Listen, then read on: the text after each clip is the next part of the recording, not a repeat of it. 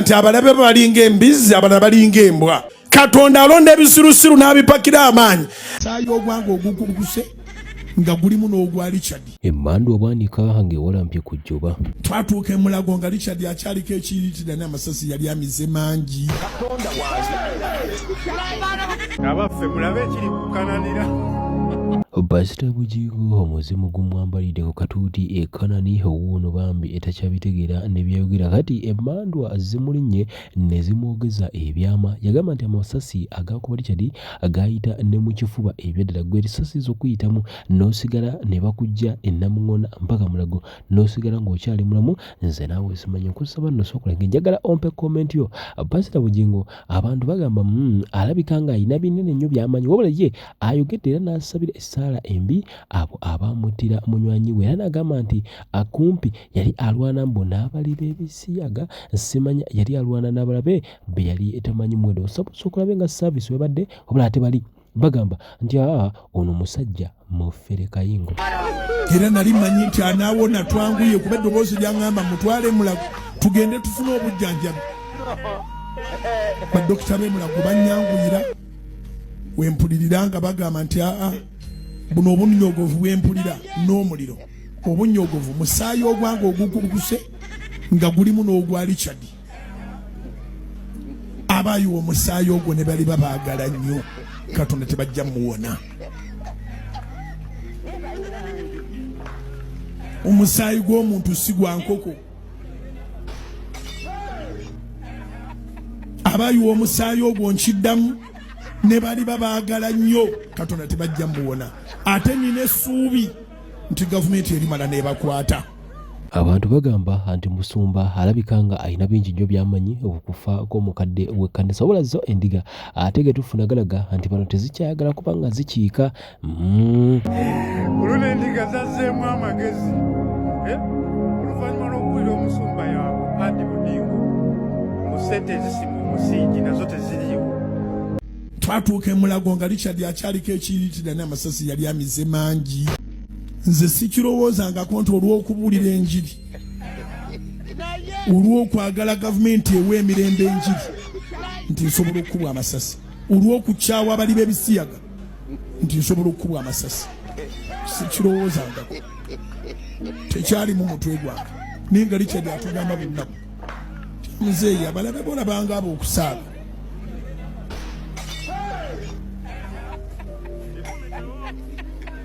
Bayinza okuba nga balina amaanyi mu nsi.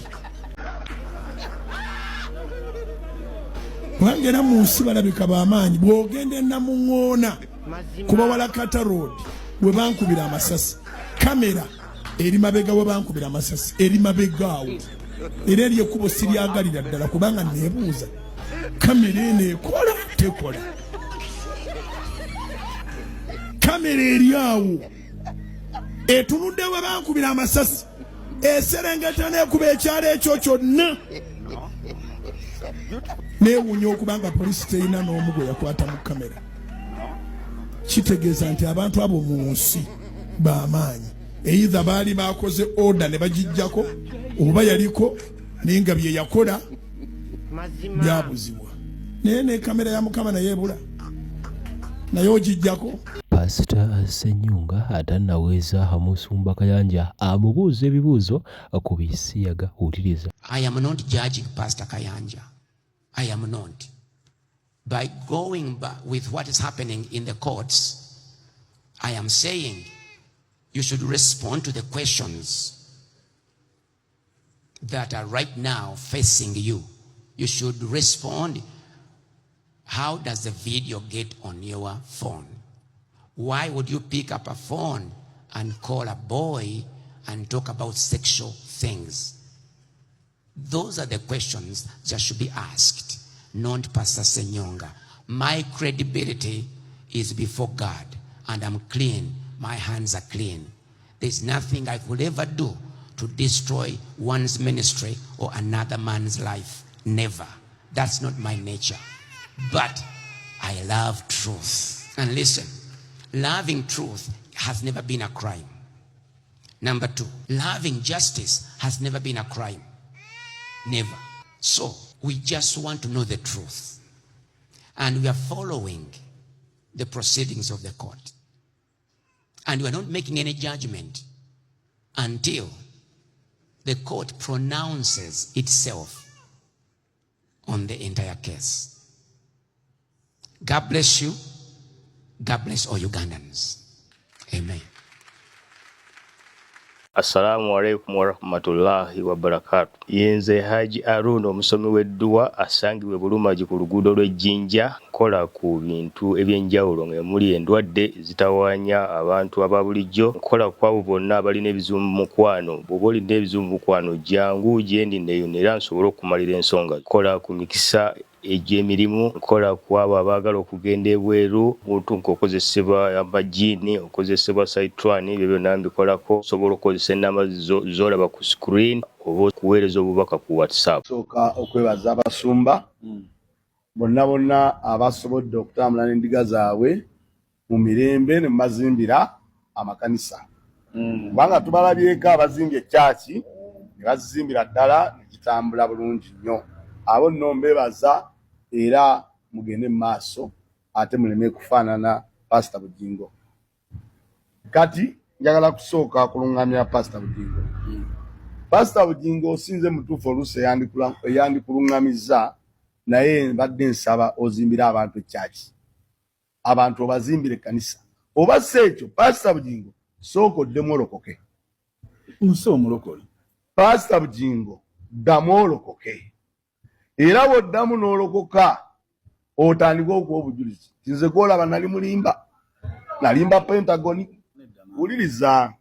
Soboli Pastor. Njagala ndi mukugamba Pastor Bugingo. Ekisa tekinayita addemu alokoke. Omuntu osobola okuddamu ne weekuba mu kifuba. Kubanga bw'oba owa obujulizi ng'olokose ogamba nze nali mubbi. Y'ensonga njagala Pastor Bugingo asooka addemu alokoke buto. Awo obujulizi agambe nti bannange ndokose. Awo obujulizi bwe nakumpanya Pentagon naye ngenda gizimba. Nze gw'olaba nali mulimba. Nalimba amasasi nti gampitamu emirundi 7. Wuliriza Pastor Bugingo njagala addemu alokoke. Pastor nze si byange. Anti wuliriza byange. Zampita mawaharu.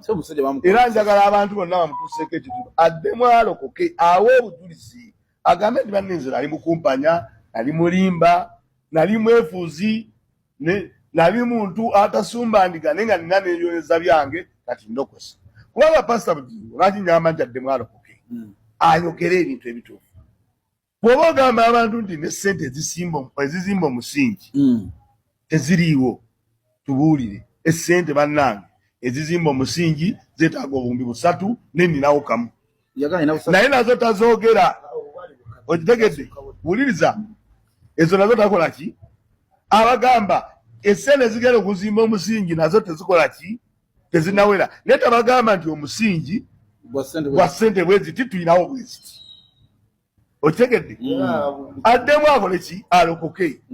Pastor Bugingo tosobola kuŋŋamba nti olwokuba talina ttaka ekkanisa zisenguka bulijjo. Waliwo ekkanisa ali wano kuwe Busaabala. Ogimanyi wano? Wano ku lw'Esalaama wano. Yavaayo n'egenda eri ku lw'Entebe ogenda n'eri ng'agenda e Kasenyi. Ekkanisa omusajja n'agizimba eri eyo. Okitegedde? Ekkanisa bwenyini oŋŋambye naye neno yennyini yagijjawa yajja Bat Valley n'agitwala gy'agitwala. Nze nja kuba waggulu ng'akugamba nti ddamu olokoke. Pastor ddamu olokoke owa obujulizi. Ogambe nalimba abantu Pentagon ne nnimba amasasi agampitamu 8 naye ebyo byonna ku lwa Katonda nkola ki? Pastor Bugingo ddamu olokoke. Pastor Bugingo zimbira abantu Pentagon. Obagambe nti bannange Pentagon bali waginemesa ne tugizimbe ku lw'Emityana. Olongoose erinnya lyo kubanga ozze okola ebintu bingi nga tubiraba. Pastor Bugingo oyo wamulaba ng'atandika okuwulira enjiri. Naye okuwulira enjiri n'atadda mu byabufuzi. Bw'ayingira enjiri atandise kuwaana makula. Walaba nga embeera eyo Pastor Bugingo atandise okuva ku ki? Ku mulamwa gw'enjiri. So nze ndowooza Pastor Bugingo ddamu okwate Bayibuli owo obweyamu olayire ogambe nti nze nali mukumpanya. nakumpanya pante kwani nze nali nalimba amasasi nze nali kino kwagamba Pastor Bugingo ate leero omutima kubanga n'abaana abo gye bali uliza n'abaana ba Pastor Bugingo gye bali ne Teddy we era biyinza okubanga birina ebikola ki ebigoberera so nze ndowooza Pastor Bugingo namuwerongoose ofukamire otereere mubeere bannanga abantu abagundi omanyi waliwo ebintu byotunuulira waliwo ebintu byotunuulira n'ogamba naye kakati omuntu ono waliwo no kati okumanya bannaddiini abamu nabo batusobera waliwo gonalabye sonyiwa okuwabamu akato yagenze Makka mu kifo ky'okwesabira mu kifo ky'okwesabira ogamba w'emyaka 9 gundi awangaale keka n'otunuulira embeera nga mutandise okwonoona ebintu bwe bitambula ogenze ku Kaaba otandise kwogera bitakola ki bitakwatagana nze nsaba bannaddiini mutambulire ku nnono yammwe ey'okulungamya abantu n'okubaamu amazima kubanga mwe muli kyakulabirako mu nsi eno Uganda. Pastor Bugingo damwolokoke endiga ku luno bagamba omulwadde yalumye ejjiiko omulwadde yakubye ku matu endiga z'eddiini ziganya okugenda ku kyaki bantu mmwe tugenda babuula billions of money wezikwata n'ozizimbiramu makulu ennyumba gaggadde abantu ze basonze omaze obagambye embusimanga n'ezisima omusingi tewali Bugingo nekyo ekyamazima ku nsi ya Mungu omuntu nga mulokole tanyuma kwesemberezekeka kuba abalokole bantu abakyasinza okuba abasiru kuba n'omulokole nga yafuna siriimu yamujja mu kwegatta mu kifo ky'ommira eddagala agamba ddogo agenda mu kyaki kusaba be balokole omulokole ne waaba patanawo nga mulokole muvana kwegatta alina fuluma nga yeekweka basiru kati muzeemu ku magezi ndiga mmwe